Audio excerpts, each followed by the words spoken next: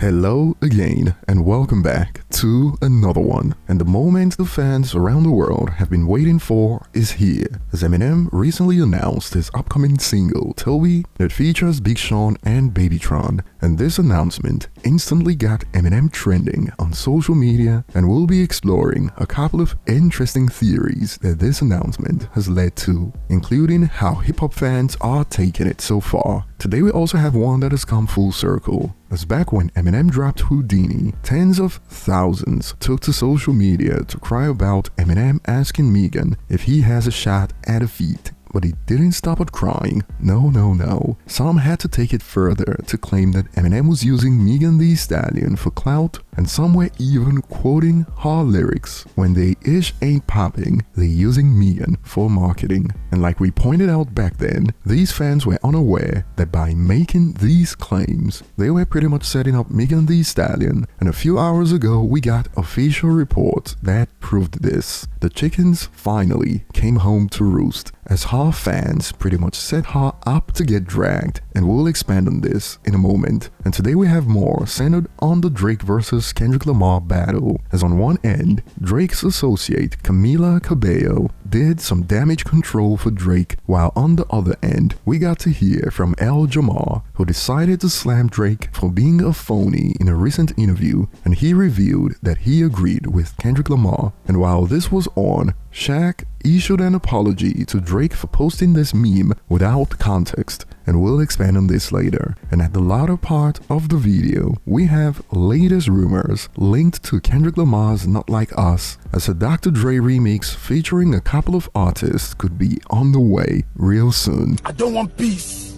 I want problems, always! And this sparked debate because a certain rapper was mentioned to be involved in the remix, and we'll get to this later. So starting with Eminem out of the blue, we got an announcement a few hours ago. Tobey, Spidey, Goat Emoji, Babytron, Big Sean, new music 2nd of July, and video by 5th of July by Cole Bennett. And boy, this sparked reactions all over the place, including theories, as this confirms Eminem's been promoting this album in secret for years. And from Reddit, for instance, they were hinting it for a long time. We even got merch promo videos that confirmed the theme of the album months ago, and fans are going off right now since this announcement takes us back to the cameos in Doomsday Part 2, and now some have concluded that Eminem was pretty much teasing the features for the death of Slim Shady in the video. But the odd release date, since the song drops before the video drops on Friday, has sparked theories that point back to when Billboard leaked the date, July 5th, for the death of Slim Shady. That was edited out of the article minutes later, and this has sparked threads like, if the album isn't July 5th, why else would the song be Tuesday and the music video Friday? I think album has like a 90% chance of dropping July 5th, and if it turns out to be the release date, you know that someone lost their job at Billboard earlier this month. And I'll be looking forward to your thoughts on this, Babytron, Big Sean, and Eminem on a song in 2024. And moving on, since everyone has been piling on Drake, Camila Cabello, who worked with Drake on her latest album, decided to do some damage control for Drake. Check it out from Variety's report. In an interview with The Times, Cabello lightly addressed Drake and Lamar's contention, defending Drake against the public slander that has followed him for the last few months. He is such a delight, she told the publication. It is so frustrating to see people talk about someone you know in a way that is negative. You're like, damn, if only you guys could just have dinner or something. Cabello also detailed how the collaboration came to be, saying she got in touch with Drake by sliding into his DMs. It is like a weird teenage thing where I feel that nobody cares about me or likes me, and it was fun to be proven wrong, she said. However, this took a turn for the worse a few hours ago, as defending Drake only led to viral posts like these, having somebody who is so racist that they had to take weekly therapy sessions for it backing you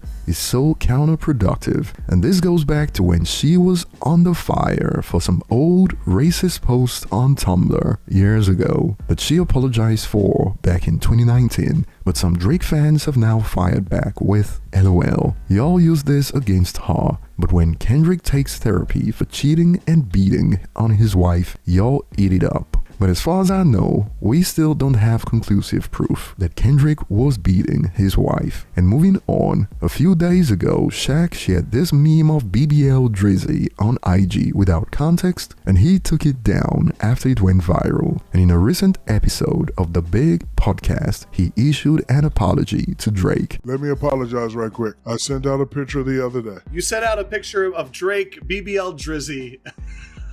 The mistake I made was I should have said who did this, because I want Drake to know. Listen, Drake has a great sense of humor, so I thought it was funny that they did it. I don't want him to think, like I saw Shaq's trolling. No, I'm not trolling. Like, yeah, I like when people assume that you photoshopped no, it. I didn't Photoshop it. Somebody photoshopped it, and I actually saw it, and I took the picture, so Drake, I apologize. I should have put who is this on there because I don't want you to think I did that. Somebody sent it to me. I thought it was funny, and hopefully you thought it was funny too. But once it went viral, I definitely took it down. But so, my bad, Big Drake. And moving on, Jamar recently made headlines, and as usual, whenever he does, you already know that he was hating on someone. And this is the case this time around, as Jamar was recently on the Thanks for Asking podcast, and he spoke about how he agrees with Kendrick's lyrics on Euphoria when Kendrick took away Drake's quote N-word pass. And Jamar also took the time to clown Drake. Check out some snippets. I didn't hear him say he can't say nigga. I heard him say it's cringe-worthy when he says nigga. Yes. That's what I heard. And I totally agree. It is cringe-worthy. You know why it's cringe-worthy? Because this nigga don't talk like a nigga, okay? This nigga, like, have you seen the different accents that Drake possesses? There's a Jamaican Drake, there's a British Drake, there's a white, regular, like, Jewish Drake, and then there's this Atlanta Drake. There's also a Toronto Drake, because they got a little slang up there, too. Like, so all these different Drakes that this motherfucker comes out with, like, but it seems like the way he really talks is like, yeah, you know, and then, you know. That's the real voice, that's the real voice. And then I was thinking that, you know, maybe I could invest my stocks in a 401k. That's how the nigga talk. Yeah. Then all of a sudden it's like, when it's time to get on the record, it's like, yeah, shawty. Like, you know, like all of a sudden he got this little twang in his voice. Right. Yeah. Now, Jamar isn't saying anything that hasn't already been said about Drake, since Drake became a quote pop star, and due to his history of hating, even some Kendrick fans have put him on blast.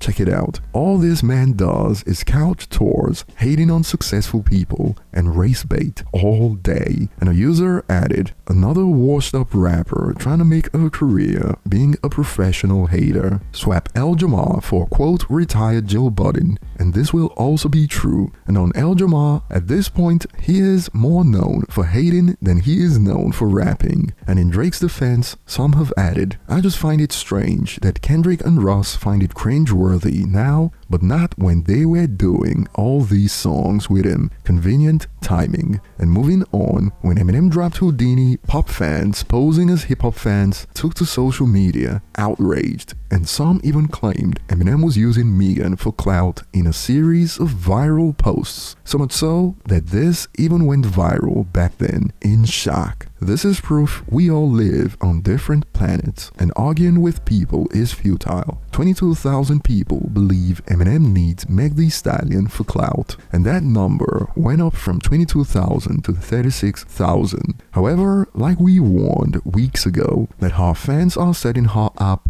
Megan Thee Stallion dropped her new album a few hours ago, and the numbers are in. Check it out. Megan Thee Stallion's Megan earned 7.123 million streams in its first full day of release on Spotify. And just like that, in 3, 2, 1, Eminem's Houdini song first day streams 7.85 million. Megan Thee Stallion's brand new 19-track album first day streams 7.12 million. LOL. All of this would have been avoided, but pop fans decided to cry because Eminem was kind enough to ask if he had a shot at a feat. They say you miss 100% of the shots you never take, but then you take a shot and then they cry about it. You can't win. And this blew up in reaction to the performance of her top songs from the album, but I thought Eminem used her for clout, and some Nicki Minaj fans stayed dangerous with their trolling. It was a surprise drop with no release date or debut single, and it had no promo. It was released 1 second before Friday, and Spotify filtered 80% of her streams fraudulently. They are trying to destroy a black woman's career right in front of y'all's eyes, and y'all's are just laughing.